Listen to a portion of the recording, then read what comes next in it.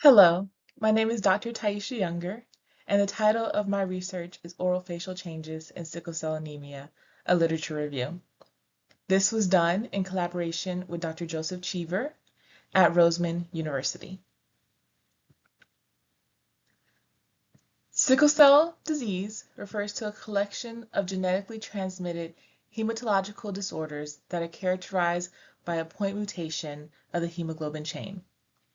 In sickle cell disease, this mutation is a result of a valine replacement for glutamic acid in the 6th position of the beta chain in hemoglobin. This results in the abnormal hemoglobin variant known as hemoglobin S. Sickle cell disease has recently been recognized as a global public health problem by the United Nations and the World Health Organization.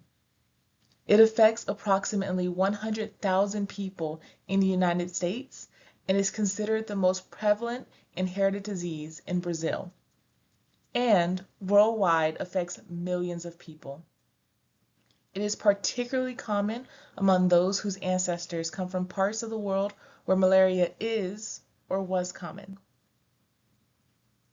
There are multiple diseases that fall into the collection of sickle cell disease.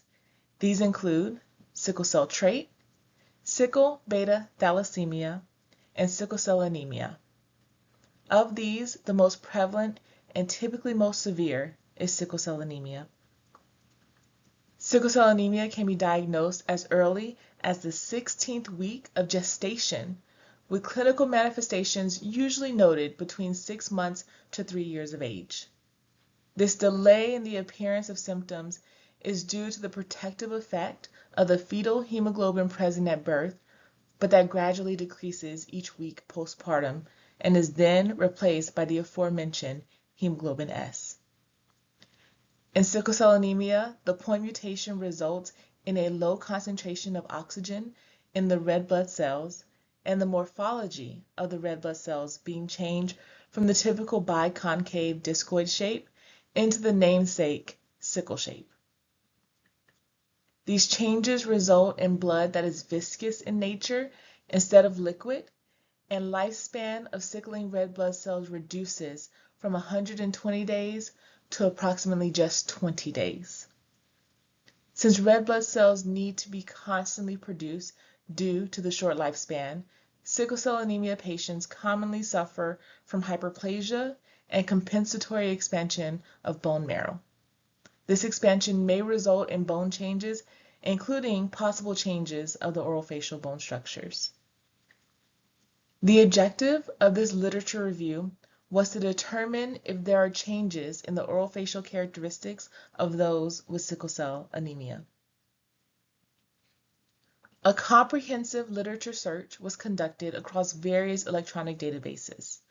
The article selection process began with a search of these databases using keywords such as orofacial and sickle cell anemia, orofacial manifestation and sickle cell anemia, and orofacial characteristics and sickle cell anemia. The inclusion criteria used to determine eligibility for inclusion in this literature review were human clinical studies, including clinical trials, cohort studies, case control studies, case series, case reports, review articles, literature reviews, and systematic reviews, as well as articles focusing on orofacial manifestations and/or characteristics found to be associated with sickle cell anemia. Exclusion criteria were articles that were not peer-reviewed, articles that did not focus on sickle cell anemia, and publications written in a language other than English. I also tried to maintain articles that were within the last 20 years. As of this presentation, 7 articles were included in this literature review, following initial article discovery, removal of duplicates, and the review of the inclusion and exclusion criteria. After a thorough review of the chosen articles, orofacial changes were discovered in the intraoral and extraoral soft tissues. Skeletal and radiographic characteristics were observed, as well as occlusal characteristics. There were quite a number of orofacial characteristics found.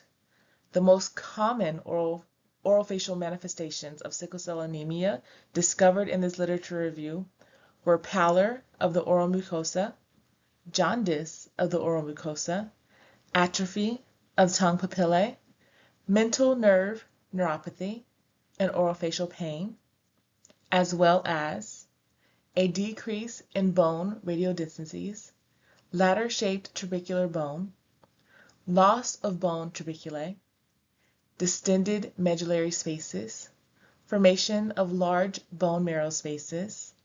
I also noted common findings of class 2 skeletal malocclusion, maxillary protrusion, constricted arches, enlargement of the maxilla, depression of the nasal bridge, maxillary sinus opacification, and lastly, mandibular osteomyelitis, developmental enamel hypomineralization, hypoplasia, increased overjet, deep overbite, incisal crowding, open bite, posterior open bite, intrinsic tooth opacity, and delayed tooth eruption. This research is ongoing, so other orofacial manifestations may be discovered throughout my review of the literature. Whether I find that researchers have correlated other characteristics with sickle cell anemia or not, those already discovered have a profound effect on those with sickle cell anemia and pose many dental obstacles for those with sickle cell anemia and their providers. I look forward to continuing my research on this topic and sharing those results with you. Thank you.